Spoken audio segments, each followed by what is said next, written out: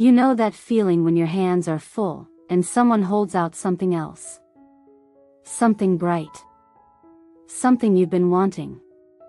And you set down what you're carrying to reach for it, and then you look down, and what you set down is gone. It happens so fast. You don't even feel your fingers open. You don't hear it land. Most people don't notice what they've set down until they reach for it later and find nothing but empty space where it used to be. It makes sense to reach. The new thing looks important. It looks like the thing that will finally make everything feel like enough. So you tell yourself you'll come back. You'll pick up what you set down later, when there's more time, when you've earned it, when you're ready. Later is a comfortable word. It sounds like a promise you can keep whenever you want. But later has a way of becoming the only word you know. A man named Richard believed in later for his whole life, and he was very, very good at reaching. Richard worked harder than anyone else in his office. He was the first to arrive every morning and the last to leave every night.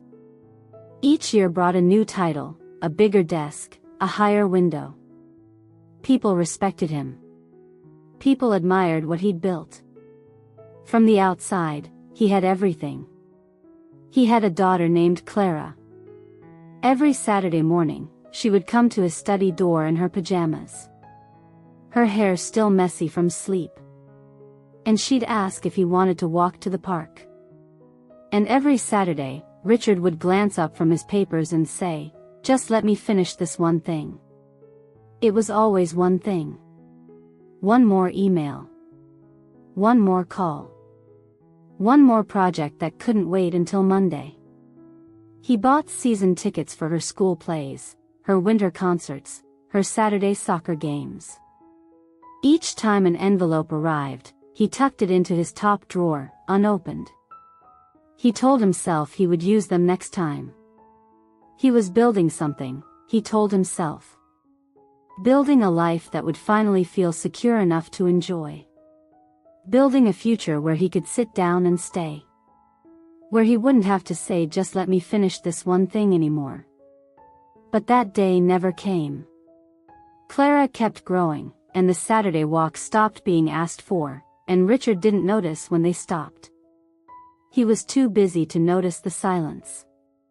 When Richard got sick, the kind of sick where the doctor stops making plans and starts making suggestions, he sat down at that same desk. The one Clara used to stand beside. And he wrote her a letter. He sealed it in an envelope and told her not to open it until after he was gone. Months later, when Clara finally opened it, she found one sentence that changed how she understood every Saturday morning she had ever spent at that door. He wrote, "I thought I was building something for you. I was just building away from you." Richard had spent his whole life reaching for the thing that would finally make him feel worthy of sitting still with his own daughter. And what he was reaching for was already right there, every Saturday, at his door, asking for nothing but a walk. The unopened envelopes in his drawer were never proof that he didn't care. They were proof that he kept believing there would be a next time. He thought the tickets could wait. He thought she could wait. He thought later was a real place he was walking toward, instead of a wall he was building between them. He thought the work was the gift he was giving her. That every late night was a love letter she would read someday. He didn't realize the gift she wanted was him, just sitting at the park, watching nothing, being nowhere else. The tickets were for her. But the walks were for both of them. And there was no next time. Think about a time you spent your whole recess chasing the best spot or the most of something. And then the bell rang. And your friend was already gone. You know this feeling. The thing you were chasing didn't make the day better. And the thing you actually wanted was standing next to you the whole time.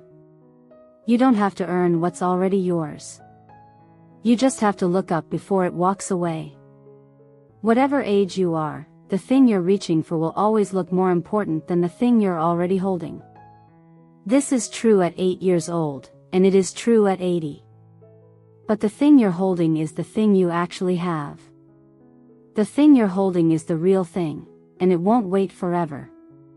Richard left behind one opened envelope and a drawer full of unopened ones. One held the truth. The others held all the Saturdays he meant to spend. The thing you chase will cost you the thing you carry.